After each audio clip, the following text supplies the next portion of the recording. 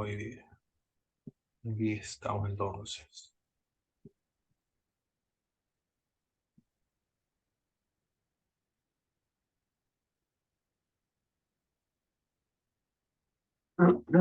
Muy bien, mis estimados hermanos. En las clases anteriores estuvimos viendo un contexto general de el Nuevo Testamento que explicaba, por ejemplo, por qué se hablaba el griego en el Imperio Romano. ¿Quién recuerda por qué se hablaba ese idioma en el siglo primero, en todo el Imperio Romano?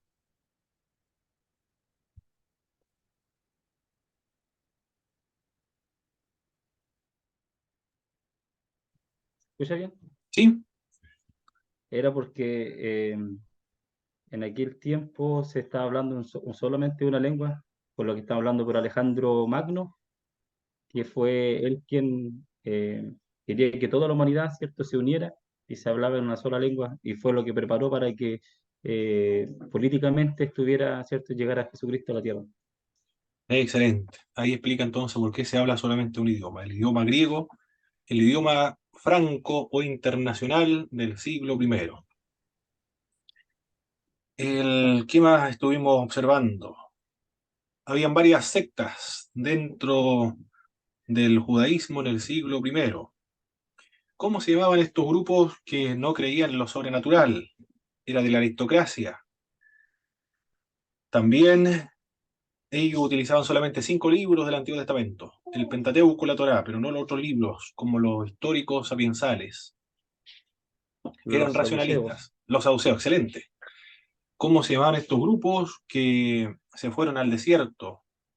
Vivieron una vida contemplativa, devoción, apartado de la contaminación de las ciudades. Los esenios. Los esenios, Los esenios. excelente, muy bien.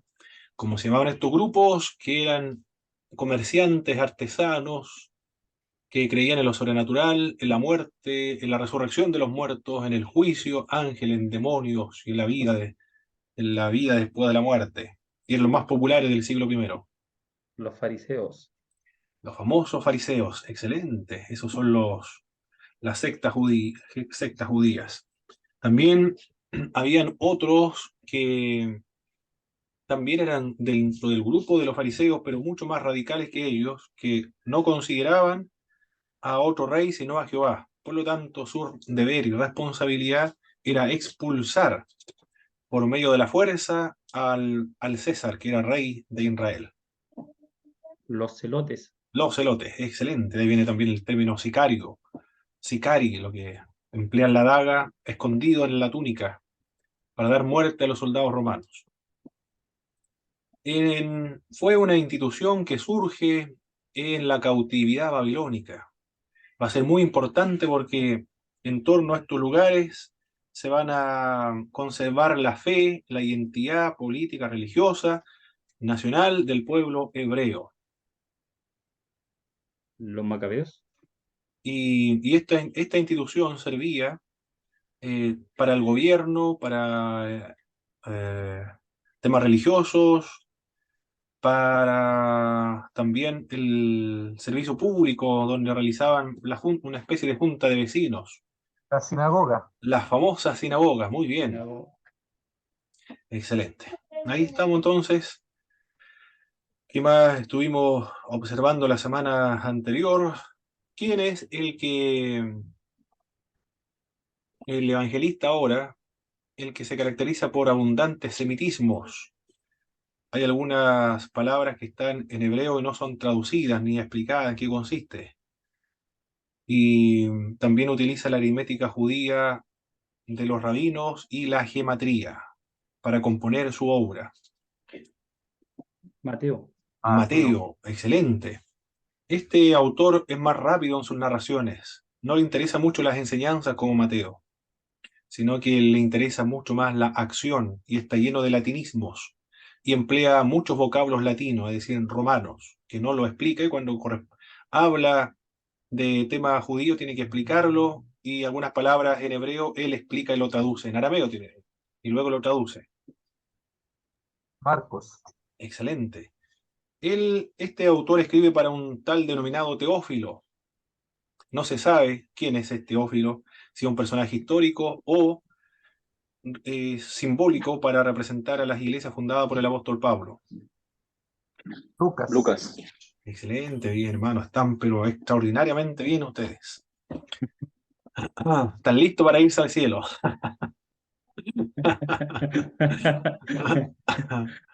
Está listo para cualquier momento para que se venga el rapto.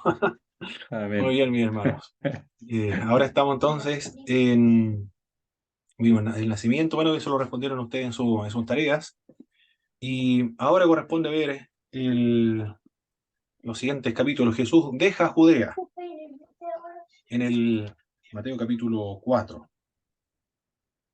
En el verso 12 en adelante comienza a hablar ¿Y este este encargador, mi autor. amor?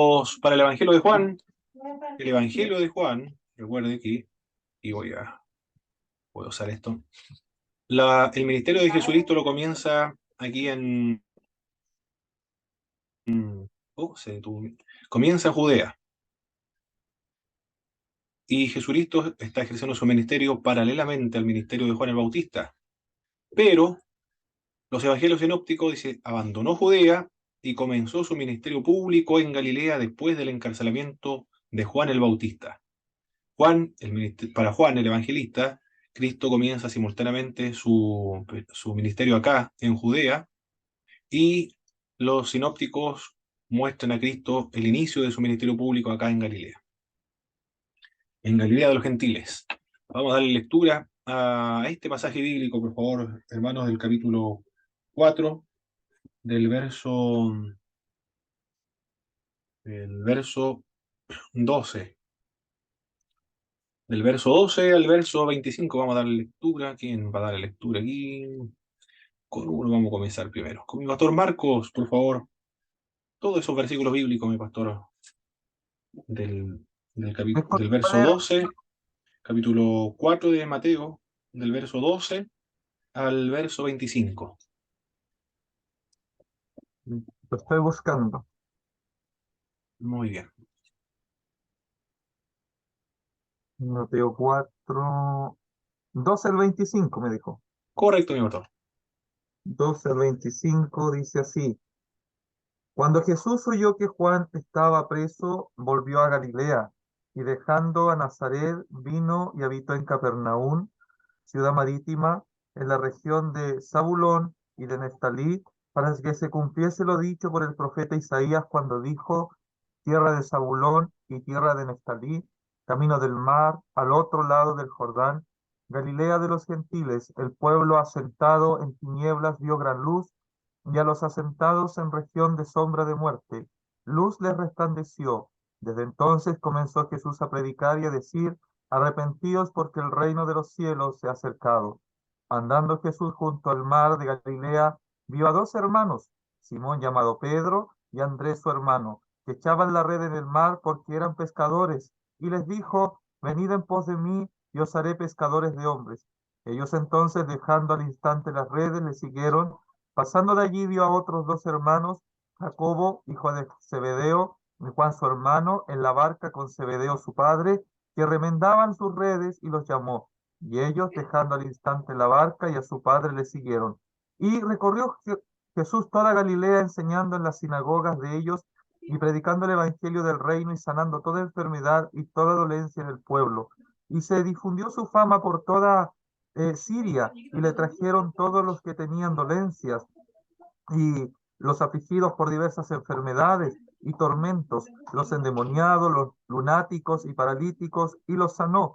Y le siguió mucha gente de Galilea, de Decápolis, de Jerusalén, de Judea y del otro lado del Jordán. Muy bien, muchas gracias, mi pastor Marcos. En esta sección, ¿qué es lo que hace Jesucristo? ¿Cuáles son las acciones que realiza nuestro Salvador, nuestro Señor? En todos estos versículos bíblicos que acabamos de leer. Primero hacer cumplir una profecía del profeta Isaías. Excelente, muy bien. Cumple un pasaje del profeta Isaías. Se refiere a esta profecía, la tierra de Zabulón y Neftalí. Ya. Ellos dicen que están habitando en tinieblas y también están asentados en regiones de muerte.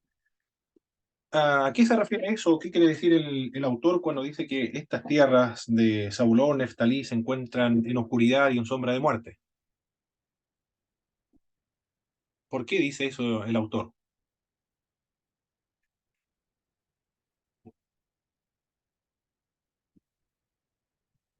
Recuerden, los que pasaron Pentateuco, ¿Cuál fue la pregunta, hermano Pablo, que estaba llorando mi bebé? ¿por qué se dice que Neftalí y también Zabulón se encuentran en tinieblas y asentados en regiones de sombra y de muerte? Zabulón. Que es la parte norte acá, es la tierra de Galilea acá. Estas regiones se encontraban en sombra de muerte y en tinieblas. Luz le resplandeció cuando Cristo comienza a predicar en ese lugar. Pero esa es la... ¿Conocían la verdad?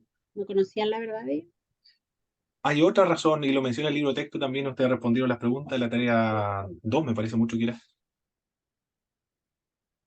Aquí están. El libro de texto lo mencionaba. ¿Qué ocurrió con estas tribus del norte en el año 722?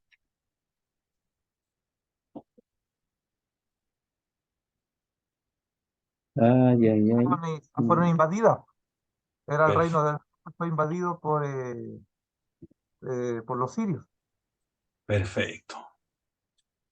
Estas fueron las primeras tierras en el siglo octavo, en el año 722. Pidieron esos territorios porque tenían mucho ganado y era una tierra fértil, pero tenía un problema estas tierras del norte, es decir, esta sección, que carecían de fronteras Gracias. naturales o carecían de barreras naturales para impedir una invasión, o por lo menos para resistir un poco a la invasión. Fueron las primeras tribus de Neftalí y también de Zabulón en caer en manos de los asirios. Eso es lo que quiere decir el autor, el profeta Isaías, y lo deja registrado Mateo. Pero claro, eso ocurrió en el siglo octavo, en el año 722.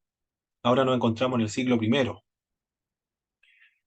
Pero esas personas, los israelitas, se encuentran ahí. Hay judíos que se encuentran en este territorio. Por eso Mateo dice que aquella tierra, es decir, los primeros en caer, que habitan en sombra de muerte, en tinieblas, luz le resplandeció. La metáfora de, de las tinieblas quiere decir o quiere significar el pecado, la muerte, la ignorancia espiritual. Y la metáfora de la luz quiere simbolizar la verdad, la vida y la santidad. Por lo tanto, es precisamente en esta región donde fueron las primeras tribus en caer en manos de los asirios. Aquí, en esta misma región, por vez primera, iban a ser los primeros en escuchar la verdad y van a ser testigos de la vida de Jesucristo. Eso nos dice el texto bíblico. Se cumple una profecía del Antiguo Testamento. Mateo se caracteriza mucho por citar el Antiguo Testamento. Cristo es el cumplimiento de las profecías del Antiguo Testamento. Jesús comienza a predicar un mensaje. ¿En qué consiste ese mensaje predicado por Jesús de Nazaret? Arrepentidos porque el reino de los cielos se ha acercado. Ya, el mensaje es del arrepentimiento. Perfecto. Ellos tienen que arrepentirse de los pecados, de sus pecados. Es el mensaje fundamental, esencial. Es la médula de los mensajes evangélicos o cristianos, es lo que se predicó en el Antiguo Testamento. Lo vemos ya en el libro de los jueces, cuando se establece la ley. Para ser restaurados tienen que arrepentirse. Si no se arrepienten y están en pecado, Dios lo destruirá. Por eso que Dios envía a los profetas para recordar al pueblo a obedecer, a arrepentirse, a volverse a Dios. Todos los profetas del Antiguo Testamento hablan acerca del arrepentimiento. Ellos van a ser restaurados y se arrepienten. El mensaje de Juan el Bautista: arrepentidos y convertidos porque el reino de los cielos se ha acercado. Jesucristo, cuando comienza su ministerio público, Mateo dice arrepentidos, pero arrepentidos, y Marcos dice arrepentidos y creed en el Evangelio. Aquí Mateo solamente dice arrepentidos.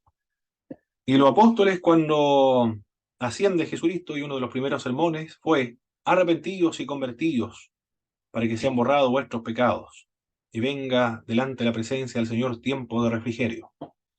Es el mensaje del apóstol Pablo también, el mensaje del arrepentimiento. Es el mensaje de la iglesia primitiva. Es el mensaje de toda la iglesia cristiana de estos 2000 años. Es el mensaje que se predica al aire libre, el mensaje del arrepentimiento. Es uno de los temas muy importantes, muy trascendentales. La vida del cristiano se caracteriza por una vida de arrepentimiento. John Wesley decía que él se sometía todas las noches ante el tribunal de su conciencia. Se arrepentía de todos sus pecados que había cometido durante el día para renovar su comunión con Dios y dormir tranquilo. Todos los días se arrepentía. Confesaba sus pecados delante de Dios. El catolicismo romano y también las iglesias del Oriente se dirigen a un sacerdote para poder confesar sus pecados. Los creyentes, los evangélicos, los protestantes, nos dirigimos a nuestros hermanos que hemos ofendido para confesar nuestros pecados. Y nuestro estilo de vida es un estilo de arrepentimiento. Los miembros de la congregación cristiana deben llevar una vida de arrepentimiento mutuo y confesión de pecados mutuos para evitar los conflictos, los problemas internos dentro de los hermanos de la iglesia. Este es un mensaje fundamental, importantísimo, dentro de las Sagradas Escrituras. Es el mensaje del arrepentimiento. En el libro de Apocalipsis también nos dice arrepentíos. Siempre está presente este mensaje a través de todas las Sagradas Escrituras. Ya, el arrepentimiento, entonces. El arrepentimiento está compuesto de 3 elementos. El primer elemento es el conocimiento. La persona sabe que es pecadora. No necesita que alguien se lo dice. Se siente pecador. Eso es, se sabe pues, que es pecador. La parte intelectual o el conocimiento. El otro elemento del arrepentimiento es los sentimientos. Le afecta también los sentimientos. Se siente pecador. Se siente culpable, angustia, dolor, sufrimiento, vergüenza por el pecado. Y finalmente, el otro elemento para que se complete y que exista realmente el arrepentimiento bíblico, la otra parte, el otro elemento es la voluntad. La persona abandona el pecado y se vuelve a Dios. Eso es el arrepentimiento. Eso es lo que le está pidiendo las Sagradas Escrituras, lo que le pide Jesucristo, lo que piden los apóstoles y lo que pide el escritor de Mateo a los que están leyendo esta obra. Viene del griego metanoia, que significa cambio de actitud, cambio de pensar. Comenzar a interpretar, a ver el mundo, a actuar desde la perspectiva de Dios ahora. Eso es cambiar de mentalidad, cambiar el chip o cambiar la cosmovisión que uno tiene. Eso es el mensaje del arrepentimiento, eso es lo que se le pide al mundo, a los incrédulos, cuando se predica: arrepentidos y convertidos porque el reino de los cielos se ha acercado. Ya, cambio de mentalidad entonces, cambio de pensamiento. Eso es lo que... ¿Sí, hermana Fabiola? Oye, No la entendí muy bien, hermana Fabiola. Si puede repetir la pregunta, por favor. una palabra, metanoia, creo. ¿Lo puede escribir, por favor, hermana Fabiola? No se escucha bien Ya, el ok. audio. Ahora se escucha bien. Se había escuchado la última parte bien. Metanoia dijo la palabra. Ah, sí. Metanoia. Ahí está. Metanoia. Eso en griego. Perfecto. El mensaje del arrepentimiento, entonces. es cambio de actitud. En griego es metanoia. Ya, el mensaje del arrepentimiento. ¿Por qué las personas deben arrepentirse?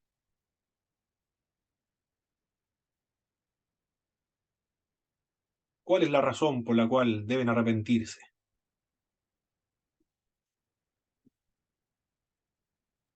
Porque el reino de los cielos se ha acercado. Excelente, ya. Reino de los cielos. Esto lo dice Mateo, como sustituto del reino de Dios. Ya.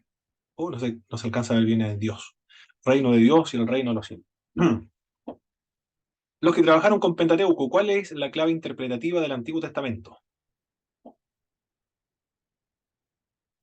El pacto.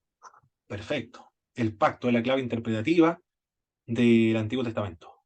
Todo el trato de Dios es en relación con el pacto que Dios estableció con Abraham, Isaac, Jacob, Moisés, David y Salomón. Ahora, la clave interpretativa de los evangelios sinópticos es este concepto, mis hermanos. Que no se lo olvide, del mismo modo como no se le olvida que la clave interpretativa del Antiguo Testamento es el pacto. Es el reino de los cielos o el reino de Dios.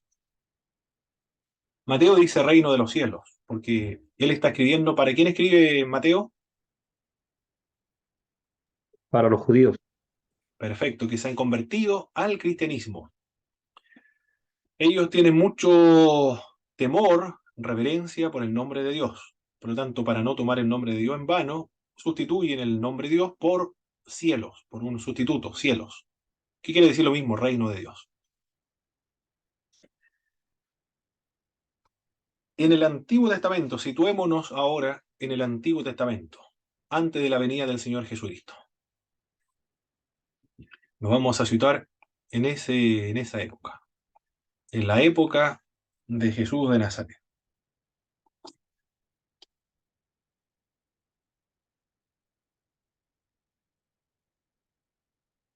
Lo dejaré para que no se vea bien. Los del Antiguo Testamento,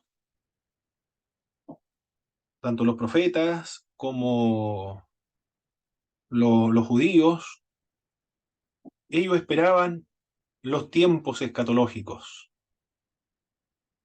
El término escatológico, ¿a qué se refiere, mis hermanos? Cuando hablamos de eschatos o escatológicos, Los tiempos finales.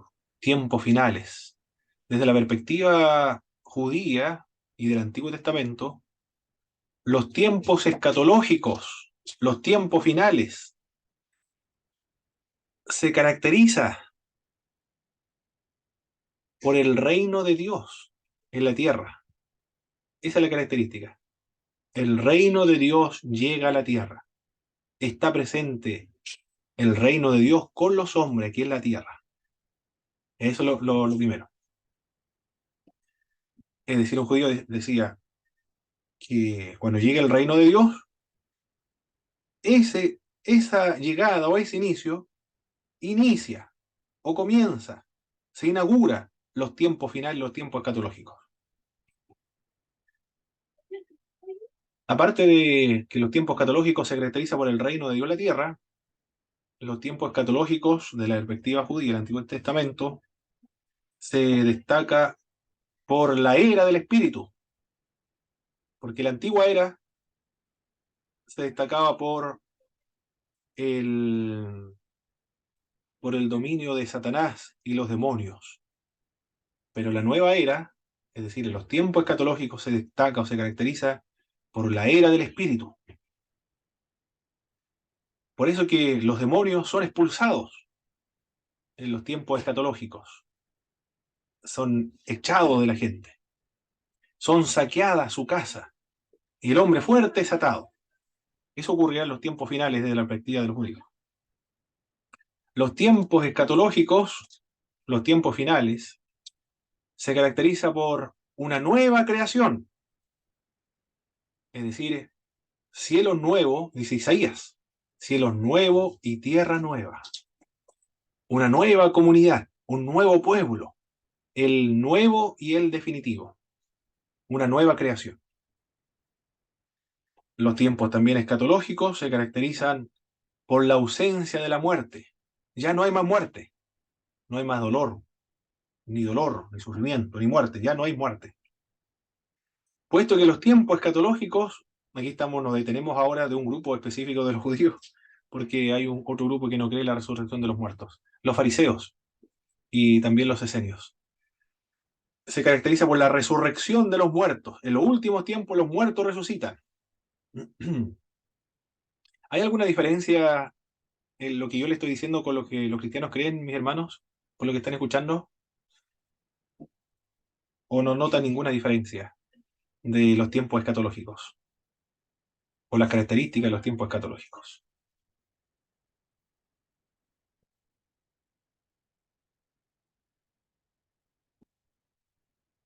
¿Notarán alguna diferencia o no?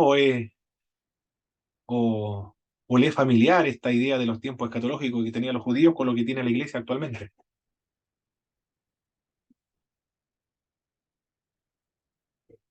¿Alguna opinión, mis hermanos, por acá? ¿Quién están? Hermana Fabiola, hermano Jonathan, hermano Marcos. Eso no hay mucho hoy día en esta hora. Bien, los tiempos escatológicos. ¿Qué más ocurre en los tiempos escatológicos?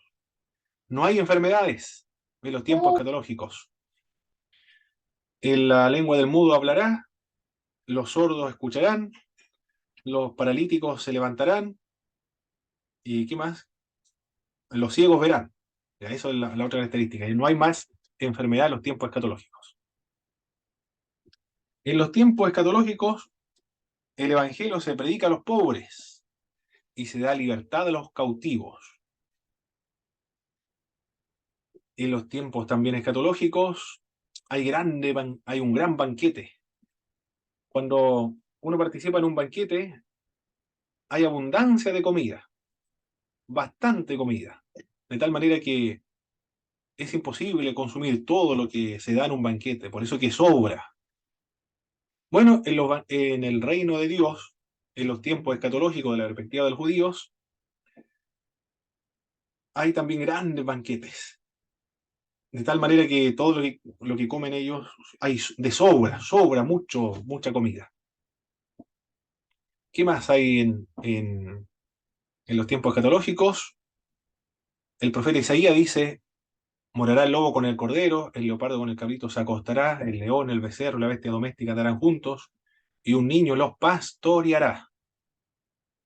Es decir, se elimina la fiereza de los animales. Ahora los animales conviven pacíficamente con los seres humanos. Todo eso ocurre en los tiempos escatológicos de la perspectiva judía y como lo mencionan y señalan los profetas del Antiguo Testamento.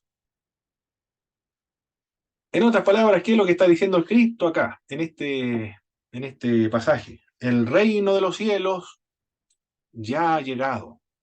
Más adelante dice, el reino de Dios está entre vosotros. El reino de Dios o el reino de los cielos. Eso es lo que dice Jesucristo. El reino de los cielos se ha acercado, por lo tanto, para ingresar, ser parte, disfrutar de este reino, se requiere el arrepentimiento. Está diciendo que ya nos encontramos en los tiempos escatológicos. Para interpretar bien los evangelios sinópticos, se debe interpretar en base a este concepto del reino de Dios, el reino de los cielos. Ya ha llegado, ya está en medio de nosotros. ¿Por qué Jesucristo resucita a los muertos? A Lázaro, a la viuda de Naín. ¿A quién más resucita, aparte de Lázaro y la viuda de Naín?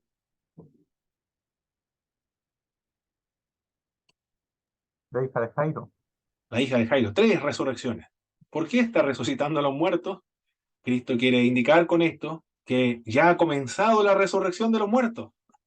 Qué maravilloso para un judío que lo estaba observando, está interpretando todas las acciones de Cristo. Y los evangelios, al mirar los evangelios, ya está diciendo, nos encontramos en el reino de Dios entonces. Cuando sana a los leprosos, le da vista a los ciegos, hace escuchar al sordo, hace hablar al mudo, levanta a los paralíticos. Está indicando que ya el reino de Dios ha llegado. ¿Qué más? Cuando expulsa a los demonios, ata al hombre fuerte, comienza a desestabilizar la casa del diablo. Vi yo a Satanás caer del cielo a la tierra. Y manda a sus discípulos a expulsar a los demonios. Están gozosos, porque ellos han expulsado a varios demonios. Porque ya el hombre fuerte ha sido atado y ha comenzado a desestabilizar su casa, ha expulsado a los demonios. Porque en el reino de Dios, los demonios ya son neutralizados y expulsados de las personas que están atormentando. ¿Qué más? Cuando Cristo alimenta a una multitud, ¿con cuánto alimento alimentó a 5.000, mis hermanos? ¿Quién recuerda esa cifra? 5 panes y 2 peces. 5 panes y 2 peces. 5.000 personas comieron con 5 panes y 2 peces. 5.000. Y sobró 12 canastas. ¿Qué es lo que está indicando el autor cuando deja registrado eso? Que ya estamos en el reino de Dios. Ya se ha producido esos banquetes, de tal manera que hay de sobra. Se ha consumido hasta la saciedad. Esto es lo que quiere indicar con ese pasaje bíblico. ¿Qué más? ¿Qué otro episodio revela que ya nos encontramos en el reino de Dios? El apóstol Pablo dice, de modo que si alguno está en Cristo, nueva criatura es, las cosas viejas pasaron, y aquí todas son hechas nuevas. Mira lo que está diciendo el apóstol Pablo. ¿Qué quiere decir? Que ya ha comenzado la nueva creación.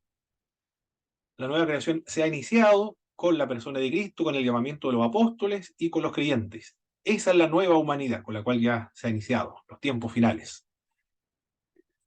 Alguien, por favor, que lea. A ver, aquí voy a buscar Marcos, capítulo 1, verso 12. ¿Quién tengo por acá? Hermana Jabel, creo que es el nombre. Hermana Jabel, por favor, el Evangelio de Marcos, capítulo 1, en el verso 13. Vamos a darle lectura a esa porción bíblica.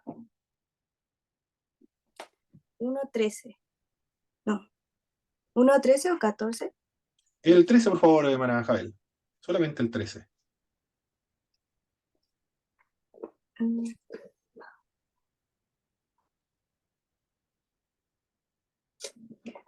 Y estuvo allí en el desierto 40 días y era tentado por Satanás y estaba con las fieras y los ángeles le servían. Perfecto. Nos habla ahí con quién estaba Jesucristo. Bueno, estaba siendo tentado por el diablo, pero con quién más estaba. Con los ángeles y las fieras, dice. Excelente, ya, aquí lo voy a dejar registrado. Las fieras. Es decir, ¿a qué fieras se refiere? ¿Qué tipo de fieras?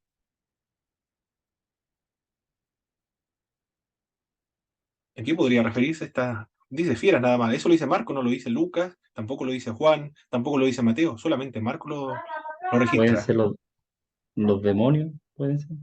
¿No? ¿No? Bueno, Por la palabra. las fieras del desierto. ¿Mm? No sé cómo lo dice otra versión. Voy a buscar otra versión, hermano. La Dios habla hoy. Marco 1:13. Vamos a ver cómo lo deja registrado Marcos. En la Dios habla hoy. 1:13 era esto. También dice fieras. Ya. La última oportunidad, nueva versión internacional. Vamos a ver qué dice la 1:13, la nueva versión internacional. Marco 1:13. También dices, y estaban entre las fieras y los ángeles servían. Bueno, todos dicen fieras. ¿Alguien más, mis hermanos, que pueda interpretar esta palabrita? ¿A qué se refiere fieras? Cree que podría referirse.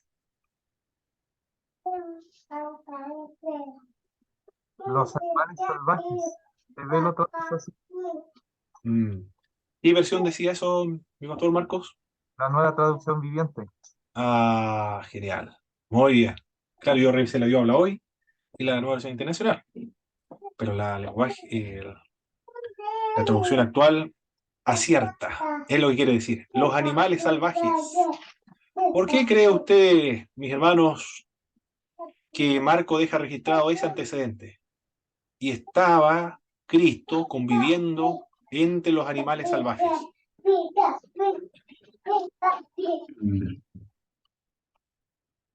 Cumplir lo de que dice el profeta sobre el convivir con los animales, con el león, con los animales salvajes. Claro. Recuerde que el Nuevo Testamento se interpreta en base al reino de Dios. Y una de las características de la llegada del reino de Dios es que morará el lobo con el cordero, el leopardo con el cabrito se acostará, el león, el becerro, la bestia doméstica andarán juntos y un niño los pastoreará. Eso es lo que quiere decir. Ya ha comenzado el reino de Dios, los tiempos escatológicos, donde los animales salvajes pueden convivir con los seres humanos. Ya. La era del Espíritu. ¿En qué momento el Espíritu de Dios desciende sobre la persona de Jesucristo?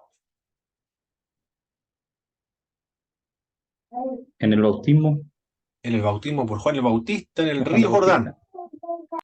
en forma de paloma, y se posa sobre él, y escucha un mensaje: este es mi Hijo amado en quien tengo complacencia. Y después Marco dice: impulsado por el Espíritu fue al desierto. Y el libro de Mateo, ¿cómo lo registra? Entonces fue llevado por el Espíritu al desierto para ser tentado por el diablo. Es decir, ahora ya nos encontramos en la era del Espíritu, una característica de los tiempos escatológicos, los tiempos finales. Ya. Entonces, nosotros, ¿dónde nos encontramos, mis hermanos? Esto lo voy a borrar aquí del arrepentimiento. ¿Dónde estamos nosotros para ubicarnos en la... Esto es aquí en el tiempo. Esto es la antigua era.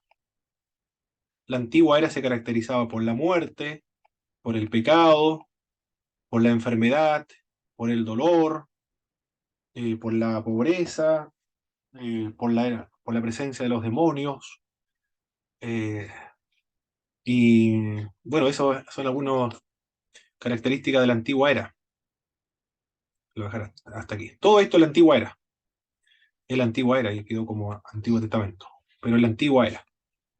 No se nota bien, pero es una A con una E. Antigua era. Y cuando viene Jesús de Nazaret, voy a hacer una cruz acá. Cuando viene Jesús de Nazaret, comienzan entonces los tiempos escatológicos. Ahí comienzan los tiempos escatológicos. Nosotros entonces nos encontramos acá, en este punto. Terminan los tiempos escatológicos, terminan acá. Perdón, la antigua era termina acá. ¿Cuándo terminará la antigua era, mis hermanos? ¿Alguien que me pueda indicar alguna referencia que eventualmente o posiblemente podría terminar la antigua era? en el arrebatamiento. Perfecto. La segunda venida del Señor Jesucristo. Muy bien. Entonces nosotros aquí estamos entre la antigua era y la nueva era, es decir, la era del Espíritu o la era de la Iglesia o los tiempos escatológicos y los tiempos finales. Perfecto. Y después ya comienza el estado eterno, los tiempos escatológicos. Nosotros nos encontramos entonces en el ya, pero el no todavía. Ya estamos en los tiempos escatológicos, pero no todavía. Ya se ha iniciado la resurrección de los muertos, pero no todavía. Ya el diablo está encadenado, pero no todavía. Ya se han comenzado estos grandes banquetes, pero no todavía. Y así. Cuando se ora por los enfermos y los enfermos sanan, quiere indicar que nos encontramos ya en los tiempos escatológicos donde no hay enfermedad. Pero si oramos por los enfermos y no se sanan, quiere decir que todavía estamos en esta tensión en la antigua era. Todavía no encontramos en la antigua era. Pero estamos en una superposición entre la antigua era y la nueva era. Por eso que todavía hay personas endemoniadas. Porque estamos en la antigua era y viene una persona, un creyente, y expulsa a los demonios. Son expulsados porque estamos en la nueva era, en los tiempos finales, en los tiempos escatológicos. Eh, ¿Qué más? ¿Hay muerte todavía? Sí, efectivamente hay muerte. Pero también hay vida, vida espiritual. Estamos entonces en esta tensión del ya, pero el no todavía. En esta situación nos encontramos. Cuando el apóstol, perdón, Juan el Bautista manda a sus discípulos a preguntarle a Jesucristo, cuando Juan estaba en la cárcel, ¿eres tú el que había de venir? ¿Eres tú el Cristo? Jesús le responde, los muertos son resucitados, los paralíticos son sanados, los ciegos ven. Vayan y dígale eso a Juan el Bautista. ¿Qué es lo que quiso decirle Jesucristo? Le mostró las evidencias de que el reino de Dios ya había llegado, está presente. Por lo tanto, mis hermanos, nosotros ya estamos en el reino de Dios. No lo esperamos, en un aspecto no lo esperamos, porque ya estamos presentes en el reino de Dios. Este es un reino espiritual, invisible, consiste en el gobierno de Cristo en el corazón de todos los creyentes, donde la voluntad de Cristo se obedece, se cumple, se somete, ahí está el reino de Dios. Para nacer en este reino de Dios hay que nacer de nuevo, por medio del arrepentimiento y la fe. No, no es el mismo reino milenial, es un aspecto, el reino milenial es un aspecto del reino de Dios. Y el reino eterno son parte o tiempo o procesos del establecimiento de este reino. Pero ya estamos en este reino. Después se va a establecer el reino milenial, que es político, terrenal, visible. Y el reino eterno incluye a toda la iglesia en estado de glorificación. Ya. Espero que me haya explicado bien esta parte, mi hermano, porque es la parte más fundamental, más importante para comprender los evangelios sinópticos. El reino de Dios, los tiempos escatológicos, y nosotros nos encontramos entre la antigua y la nueva era. Y esta es la clave interpretativa de los evangelios sinópticos. ¿Alguna pregunta sobre lo que estuve comentando, mis hermanos? Cualquier duda, consulta, me lo plantean, activan el micrófono, no se hagan problema con respecto a eso.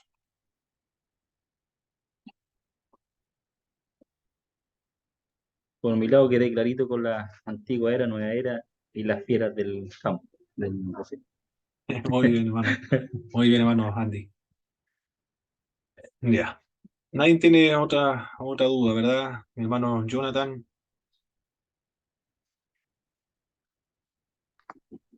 No, hermano Pablo, hasta el momento todo claro. Perfecto.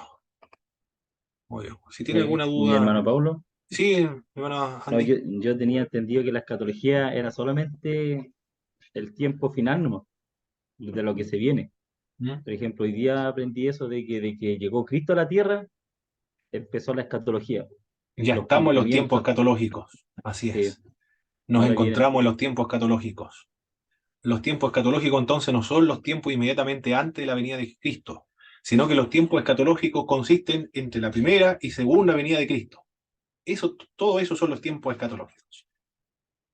Maravilloso momento en que nos correspondió vivir, ¿eh? En los tiempos escatológicos, donde ya se ha producido la resurrección de los muertos, la era del espíritu, la expulsión de los demonios, en la sanidad de los enfermos, se predica el evangelio a los pobres, entre tantas otras características del reino de Dios. Voy a borrar esto entonces, que bueno, se comprendió. Si alguien quiere profundizar más sobre este tema, mis hermanos, sobre lo que le comenté, bueno, en toda la introducción del Nuevo Testamento y en las teología del Nuevo Testamento, van a encontrar este tema de la tensión entre el reino ya y el reino ahora, o comentarios del Nuevo Testamento. Pero el primero en reflexionar y articular estas ideas fue Oscar Kuhlmann, una alemana, Oscar Kuhlmann. Cristo y el tiempo, creo que es Cristo y el tiempo. Ese libro, si lo encuentran por ahí en la Feria de la Pulga, no duden en comprarlo, ¿eh? Porque ahí está barato. Si lo compran en otras partes, le va a costar un poco más caro. Vale como 30.000 pesos ahora, o 24, 30.000 pesos más o menos, busca libre. Yo estoy esperando encontrarlo en la Feria de las Pulgas en alguna parte, o algún hermano que quiera deshacerse de su biblioteca. Ahí estoy esperando comprarlo. Pero ese libro es, bueno, fundamental para el tema que estamos tratando. Ya. Perfecto. Cristo entonces predica el evangelio del reino de Dios, para ingresar al reino hay que arrepentirse. ¿Y qué más hace Jesucristo en este episodio que acabamos de leer? Aparte de predicar y de irse a Galilea.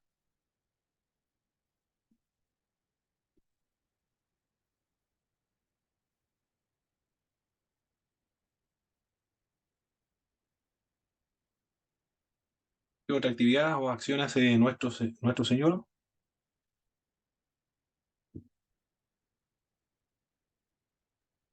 Empieza a llamar.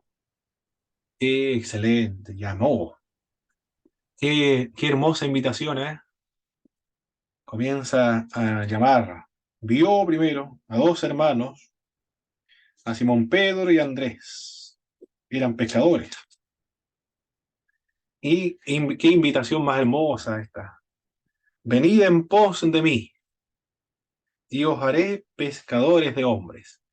Llamó a los pescadores, porque ellos iban a comenzar ahora a pescar a los hombres. El, bueno, es diferente la pesca de animales, seres irracionales, con seres racionales, ¿eh? Es muy diferente.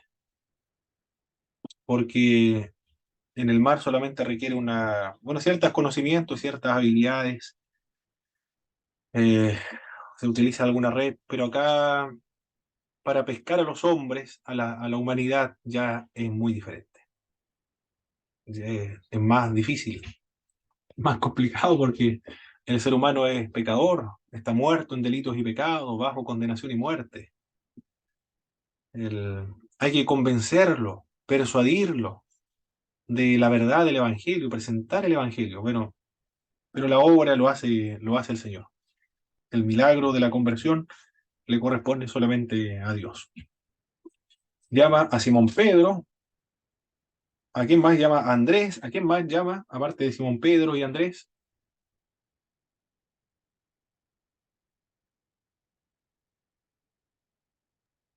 Jacobo, hijo de Zebedeo, y Juan su Jacobo. hermano.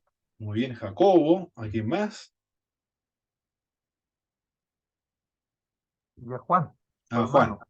Tenemos cuatro entonces. Simón, Andrés, Jacobo y a Juan. Y estos cuatro, Cristo los fue a llamar donde estaban trabajando. Estaban dedicándose a las tareas regulares, normales de la gente, de ganarse la vida, donde demandaba esfuerzo físico. No fue al palacio a buscar al rey para que fuera influyente sobre el poder político y así podía predicar el evangelio con mayor facilidad y ayudándose del poder político. Tampoco se dirigió al templo a buscar a los sacerdotes, aquellos que tenían mayor influencia religiosa, ni a los fariseos, o no fue al Sanedrín a buscar gente, fue al pueblo común y corriente, fueron a los pescadores. Tampoco fue al desierto a buscar a los esenios, a los monjes del desierto, los que llevan vidas más puras, más limpias. Él sí se supone que ellos eran los más santos. Tampoco fue a este lugar a buscar a los más santos. Cuenta un maestro del desierto, un padre del desierto, fue a vivir en una cueva, oraba, ayunaba, leía la escritura, mantenía comunión con Dios, y después de tanto esfuerzo en procurar su santificación, le pregunta a Dios en oración, le dice, ¿hasta qué nivel de santidad he llegado? Le pregunta el monje a Dios. Y Dios le responde, al mismo nivel con el cual ha llegado aquel que está trabajando en artesanía, es decir, con temas manuales. Mire, uno está en el desierto orando, ayunando, leyendo la escritura, teniendo comunión con Dios, santificándose, luchando con el diablo, solo, concentrado solamente en las cosas de Dios, y, y otro estaba trabajando en su tienda de artesanía, pero el grado de santidad había llegado a la misma. Porque para la santidad se logra en cualquier parte. Y de hecho, el trabajo ya es un medio para la santificación, porque está obedeciendo a Dios. Dios es el primer trabajador. Cuando Dios estableció a Adán y Eva en el huerto de él, le dijo que trabajaran para santificarse. El mundo protestante, nosotros somos protestantes, mis hermanos, evangélicos, protestantes, fruto de la reforma protestante, herencia, heredero de la reforma protestante, o de la reforma. En ese sentido, todos son reformados porque todos vienen del siglo XVI, no en el sentido del siglo XIX. Está limitado para el calvinismo, sino de, del reform, de lo reformado histórico desde el siglo XVI. En ese sentido, todos somos protestantes. El protestantismo dijo que el creyente se santifica en el trabajo. El trabajo es un medio para la santificación. En tanto, las actividades que lo realiza para Dios y lo hace todo para Dios con excelencia, porque está sirviendo al prójimo, porque Dios es el primer servidor del prójimo. Está sirviendo a Dios en la medida que sirve al prójimo. Eso es la enseñanza del protestantismo. Llama entonces a estas personas, a Simón Pedro, a 4. ¿Cuál fue la reacción de Simón, de Andrés, de Jacobo y de Juan cuando recibieron el llamamiento de Jesucristo? Venid en pos de mí y haré pescadores de hombres. Dejaron al instante las redes. Increíble, ¿eh? Dejaron instante la red y le siguieron. Esta sección de las Sagradas Escrituras se escribió para que el que estaba oyendo, recuerde que en los siglos primeros la tasa de analfabetismo era fuerte en todo el Imperio Romano, excepto con los judíos, por eso que había un lector que estaba en las iglesias, leía las escrituras, los evangelios, los cultos, en las liturgias. Habían pocos ejemplares de la Biblia, después se masificó, pero ante la persecución escaseaba. Por lo tanto, dependían de la lectura bíblica los días domingos. Por lo tanto, cuando escuchaban la lectura bíblica, cuando uno escucha o lee una historia, una narración, uno participa de la historia, uno se ríe. Cuando lee algunos que son... El que me ha hecho reír es de Alan Poe. Tiene unos relatos muy, muy divertidos. El otro que me ha hecho reír es el de El Quijote de la Mancha. También es muy, muy divertido esos libros. Otros son angustiantes, cuando uno los lee se siente angustia, siente dolor, siente sufrimiento cuando hablan acerca de los abusos, de los genocidios que han sufrido los pueblos, uno también siente dolor. Otros libros producen alegría. Hay distintas reacciones que uno siente cuando lee. Bueno, el que está leyendo la Sagrada Escritura participa de las narraciones bíblicas. Simón Pedro, uno empatiza con Simón, con Andrés, con Jacobo, con Juan, empatiza con ellos, se identifica con ellos. Cuando ellos reciben el llamado de Cristo, uno está recibiendo el llamado de Cristo también. Y cuando ellos obedecen y dejan todo y le siguen, uno también tiene esa motivación de seguir al Señor Jesucristo. Por eso se escribe así. Dejándolo todo, le siguieron. El énfasis que podemos encontrar acá en este Evangelio en cuanto al ministerio del Señor Jesucristo. Lucas, yo he leído que Lucas en primer lugar menciona lo que él considera prioritario,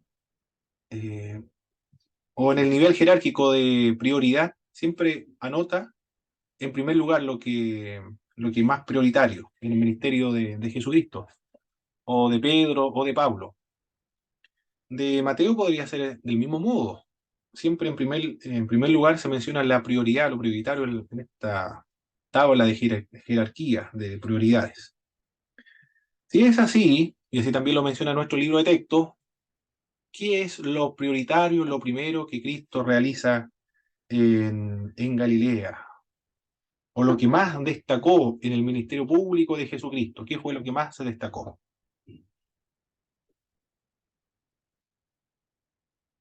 En el verso 23. Hermano Jonathan, verso 23, por favor. Dice, y recorrió Jesús toda Galilea, enseñando en las sinagogas de ellos y predicando el evangelio del reino, y Ya, sanando toda enfermedad y toda dolencia en el pueblo. perfecto. Entonces, si hemos de considerar que hay algo prioritario en el ministerio público de Jesucristo. ¿Cuál sería entonces?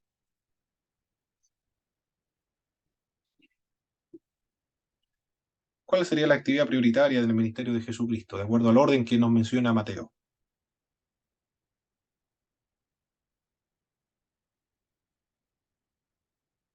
La enseñanza, Excelente. La enseñanza y después la predicación y después la parte física. No sé cómo denominarla ahí, parte física o social. Física, yo creo, porque sanaba toda dolencia, toda enfermedad. Eh, Bien, sanaba toda dolencia, toda enfermedad. Enfermedad y toda dolencia en el pueblo. Y se difundió su fama por toda Siria, le trajeron los que tenían dolencia, los afligidos por diversas enfermedades, tormento, endemoniados, lunáticos, paralíticos y los sanó. La Reina Valera 1960 dice lunático porque se pensaba en el siglo XVI, cuando fue traducido la Reina Valera de Casiodoro de Reina, que los que miraban mucho la luna se trastornaban.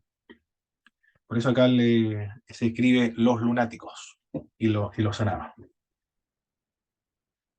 Ya, ahí estamos entonces. Enseñaba, predicaba y sanaba a todos los enfermos. René Padilla, en su libro La misión integral de la Iglesia, dice que la Iglesia es la continuadora de el ministerio de Jesucristo en la tierra. La Iglesia es la extensión de Jesucristo en la tierra, la continuadora de la obra de Jesucristo. Por lo tanto, esto es lo que la Iglesia debe hacer: enseñar la palabra de Dios. Y lo menciona Marco, lo menciona Lucas también.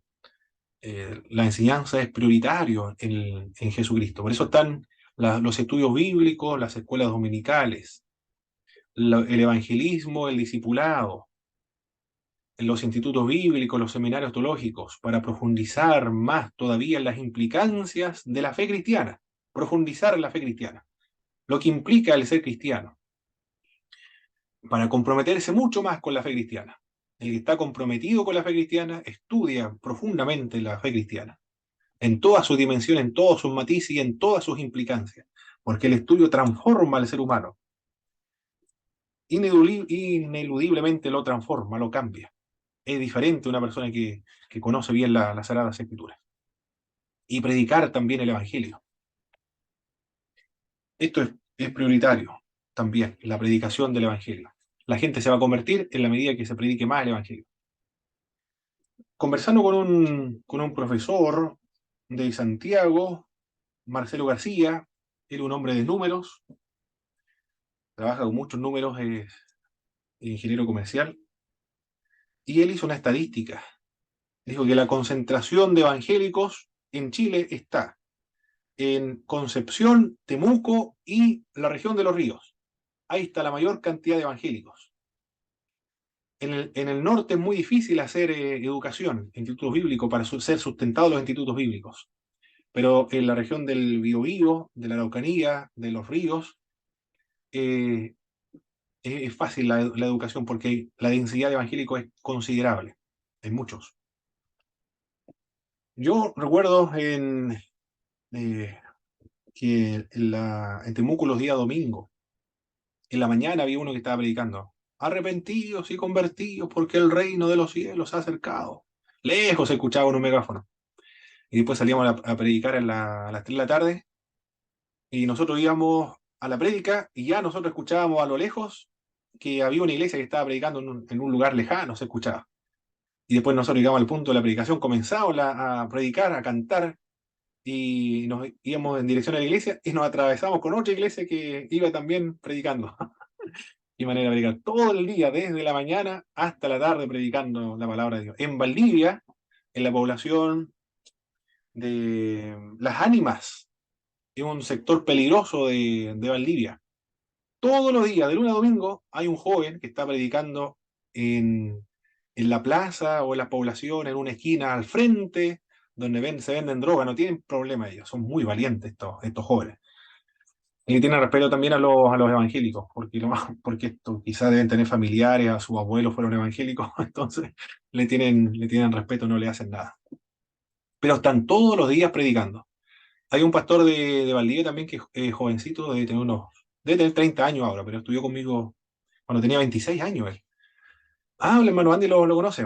Ellos están predicando permanentemente al aire libre, permanentemente, siempre, en lluvia, en calor, en plena lluvia, quedan todos mojados con paraguas, el parlante le ponen una bolsa y predican permanentemente la palabra de Dios. Han crecido, tienen un nuevo templo. ¿Pero por qué crece en estos lugares, en estas regiones? Porque por los predicadores, ellos hacen el trabajo de la evangelización, los predicadores. Mientras más se predique la palabra, más conversiones se va a producir en las iglesias. Muy importante, la enseñanza y la predicación. Bien, y también el otro aspecto, la parte física también, satisfacer las necesidades físicas de la gente. Y dice René Padilla, hacer la obra de caridad, la obra social. Todo esto es lo que debe hacer la iglesia, enseñar, predicar y la obra del servicio social, satisfacer las necesidades físicas también de la gente. Ya. Sigamos, quiero ver la hora porque no quiero pasarme. Ah, estamos bien. Alguien me escribió aquí, no sé si, ¿qué dice? A ver. Ah, ya, ok.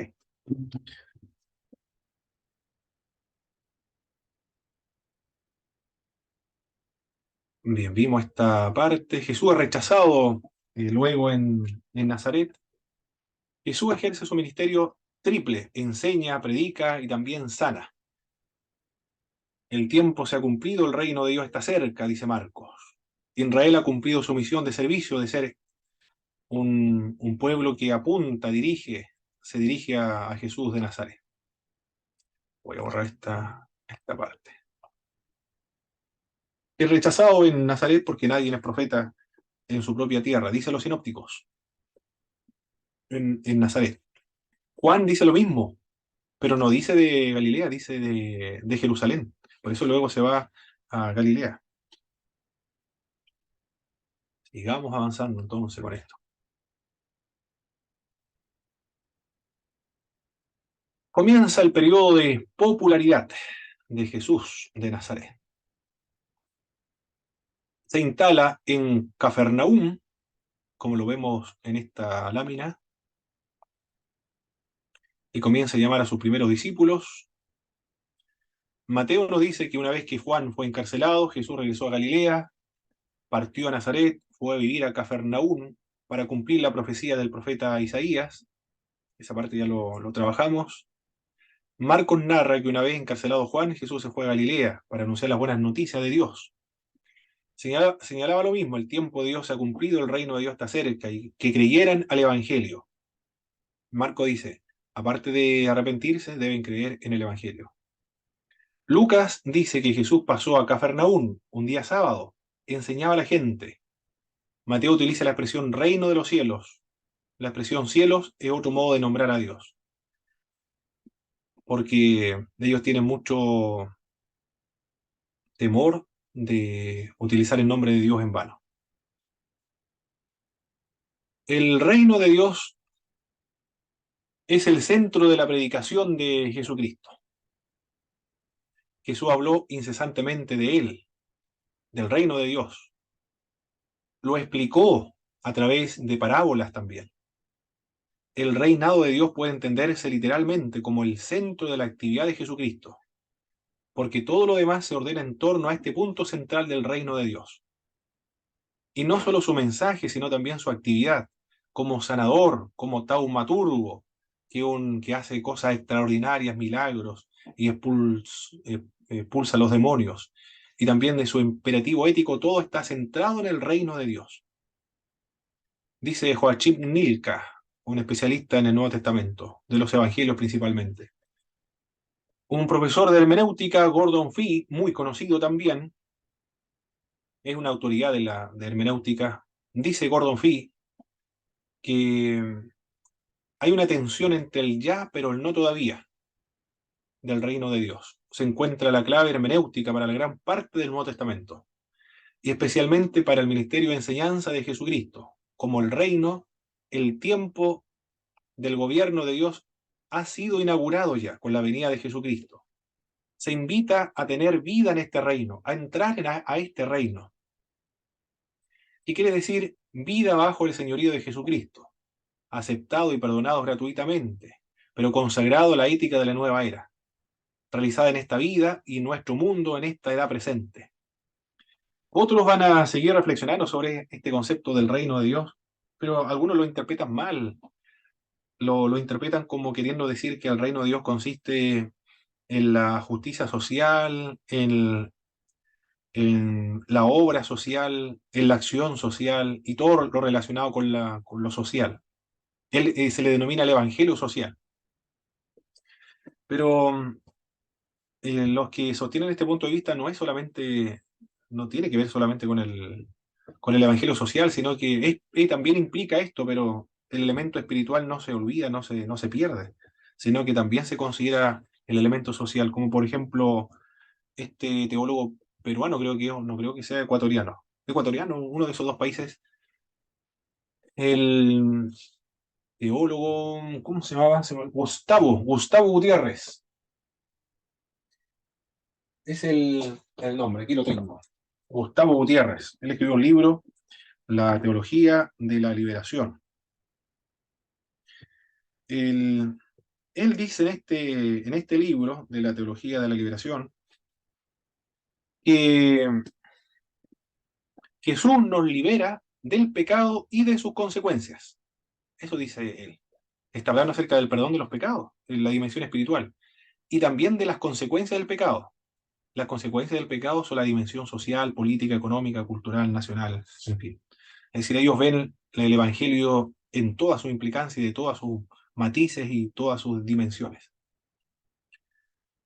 También otros dirán, como Jürgen Moltmann, que lo hemos trabajado en Teología Sistemática 3, la parte de escatología, él dice que nosotros los creyentes tenemos la responsabilidad de demostrar, evidenciar o exhibir el reino de Dios aquí en la tierra.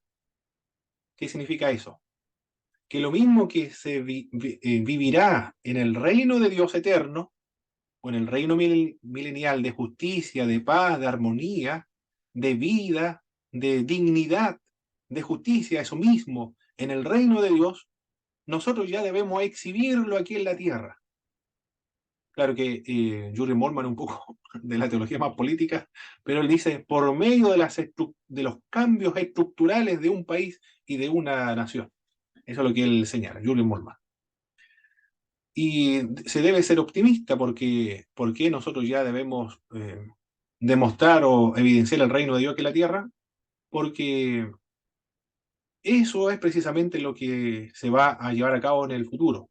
Es decir, actuamos en el presente, proyectándonos hacia el futuro, que realmente se va a producir ese mundo de justicia de paz en el futuro. Pero algo de lo que se vive en el cielo se vive aquí en la tierra. En eso consiste esta idea de más teórica, más académica del concepto del reino de Dios. Yo no sé cómo lo ve esa parte usted, mis hermanos, de un poco más complicado, ¿ah? Porque cuando se habla acerca de evidenciar, de demostrar, por medio de los cambios estructurales de un país, de una nación, por medio de los cambios estructurales en las leyes, políticas, económicas, culturales, demostrar el reino de Dios aquí en la tierra. ¿Cómo lo ve usted eso como posible o lo ve más bien como una teoría ya que es muy difícil llevarlo a la práctica?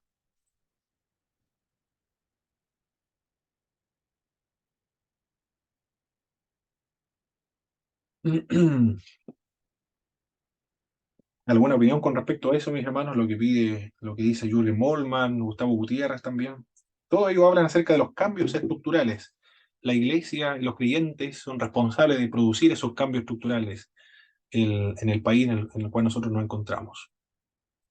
De establecer principios del reino de Dios en esta sociedad, en esta cultura en la cual nos encontramos.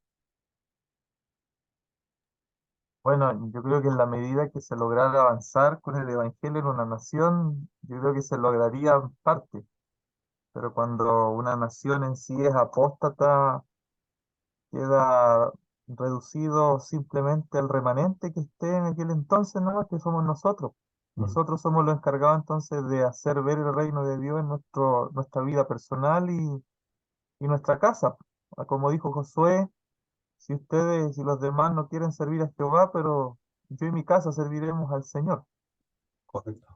Así que, y tiene que vivirse lo que, bueno, luego hablará el Señor el Sermón del Monte más adelante y donde nos presentará directrices allí de cómo es el reino de Dios, cómo se constituye el reino de Dios y que debemos vivirlo en nuestra vida, en nuestra Correcto. cotidianidad. Exacto. Luis, muchas gracias, mi autor de Marcos.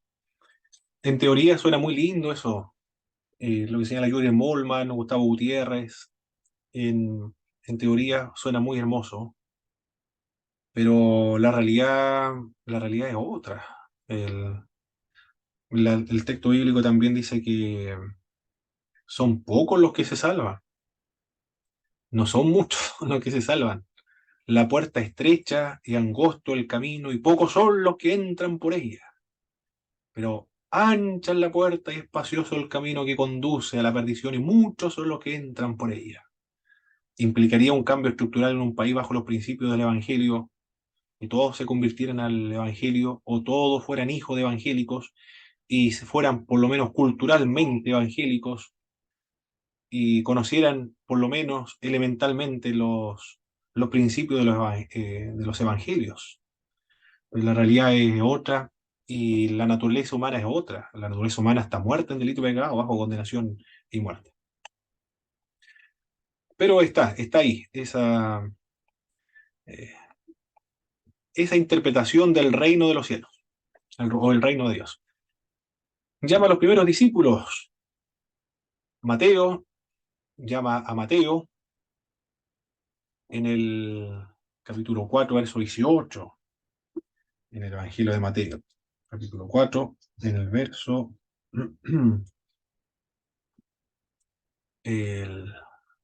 bueno, ahí llama a... Eso ya lo leímos, de Simón, Jacobo, Juan, entre otros, Andrés. Mateo narra que Jesús, caminando junto al mar de Galilea, llama a Simón, a su hermano Andrés, se encontraban pescando, dejando sus redes, le siguieron. Del mismo modo como ocurrió con Eliseo cuando lo llama Elías. Eliseo, ¿qué fue lo que hizo? Quemó el arado, que era de madera, y mató al buey, a los bueyes, con los cuales estaba arando. ¿Qué es lo que quiere decir? El seguimiento a Elías es contundente, es decir, aquí nos vamos con todo. No vuelvo nunca más a trabajar en el campo, solamente me dedico a la profecía. Dijo radical el hombre, ¿eh? Pero yo he visto a gente que son radicales, mis hermanos. Cuenta un hermano que está estudiando en Puerto Montt, su pastor lo enviaron a Aysén, me parece mucho, o a otro lugar. De otro lugar, pero cerca de Aysén, un pueblo pequeño. 3 meses estuvo durmiendo en una cueva, así de fervoroso fue ese pastor para abrir una obra. 3 meses viviendo en una cueva porque ni siquiera tenía plata para poder arrendar, y la iglesia en aquella época enviaba a un pastor y que Dios te acompañe, nada más. Oraban para que el Señor lo acompañara y iba. Pero con una oración quizás, pero lo mandaban y él tenía que ir. Sin ninguna ayuda económica, nada. El Señor va con usted. Y el hombre, 3 meses durmiendo en una cueva. Dejó a sus familiares, a su esposa, a sus hijos, lo dejó a donde eran de Puerto Montt. Y después ganó gente, se convirtieron en personas. Y llevó a sus familiares 6 meses, estuvieron durmiendo en una micro, porque a alguien le pasó una micro, y en una micro se fue con su familia. 6 meses estuvieron viviendo en una micro. Qué llamamiento más extraordinario, qué vocación más radical ese hermano. 3 meses durmiendo en una cueva. Y después lleva a su esposa, a sus hijos, en una micro durmiendo 6 meses. Y después ya pudieron arrendar una casa y construyeron una tremenda iglesia. El rostro de esa comunidad le cambió la idea, el rostro a ese lugar. ¿Quién ese pastor hasta el día de hoy se recuerdan de él? Lo hicieron hijo ilustre de aquel territorio, por el amor que tuvo a esas personas. Es más o menos lo mismo que van a hacer ellos, cortar con todos los lazos del pasado. Como lo hizo Abraham, vete de tu tierra, de tu parentela, a la tierra que yo te mostraré. Hicieron esta persona, dejándolo todo, le siguieron. Marco añade más detalles. Dice que Jacobo y Juan, hijo de Zebedeo, no dejaron solo al padre, porque tenía jornaleros. Mateo no dice que dejaron sus redes, se fueron, dejaron las redes a su papá, se fueron. Pero Marco dice, no, el papá quedó con los jornaleros, no dejaron solo al papá.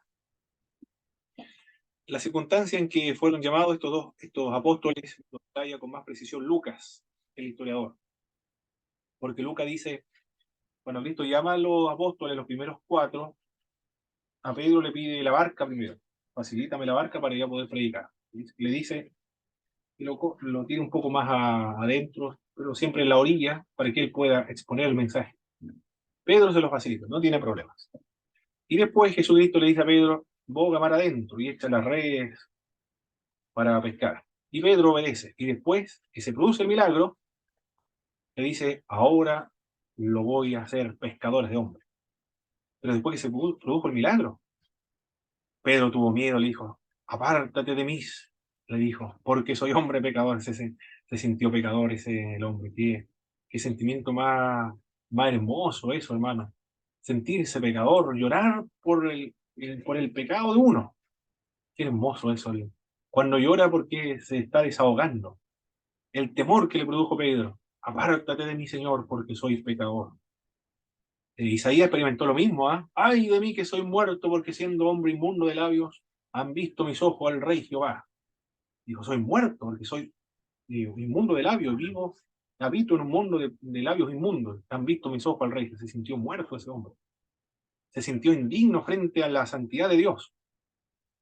Recuerdo un pastor que contaba cuando tenía 17 años, lo invitaron a una iglesia en la ciudad, pero era de piso de tierra, fonola, se veía la estrella, decía el pastor.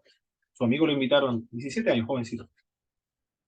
Y cuando comenzó el culto, todos los jóvenes comenzaron a danzar y a hablar en lengua, a profetizar, dice el pastor. Y él se sintió pecador en ese momento. Cuando vio esta escena espiritual, esta fiesta espiritual, la fiesta del Espíritu, él se sintió pecador porque él veía que esta gente estaba tomada por el Espíritu Santo y Dios estaba con ellos. Y él se dio cuenta que era un pecador. Y oró al Señor, le dijo, Señor, sácame de aquí porque estos son santos y yo soy pecador. Y abrió la puerta y quiso salir y el Señor lo bautizó con el Espíritu Santo. Con el Espíritu Santo, lengua y danza en ese mismo instante. Así se convirtió ese pastor. Impresionante la forma de convertirse, ¿eh? Pero mire el sentimiento de él mismo. Se sintió pecador.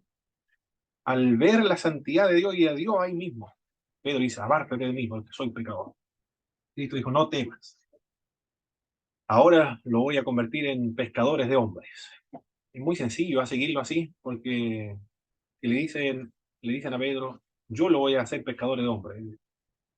Si la gente se convierte y ustedes son capaces de pescar a hombres, porque yo hice ese milagro de entregarle a estas personas a ustedes. Dios o Jesús llama a los discípulos para conservar los resultados de la evangelización. ¿Cuáles son los principios espirituales que podemos extraer acá? El llamamiento de Cristo se relaciona con la enseñanza de la palabra de Dios. Cuando Jesús llama, es para enseñarle la palabra de Dios, para restaurar la imagen de Dios en el ser humano que ha pecado, que ha perdido esa imagen por el pecado de Adán y Eva en el huerto del Edén.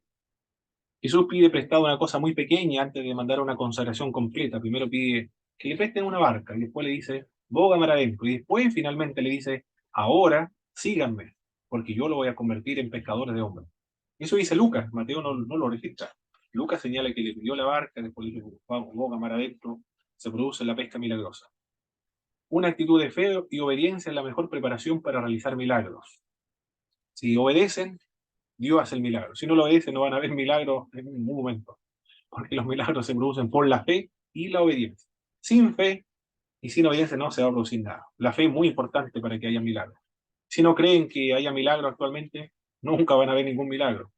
Pero si creen en lo espiritual, en lo sobrenatural, entonces van a haber milagros.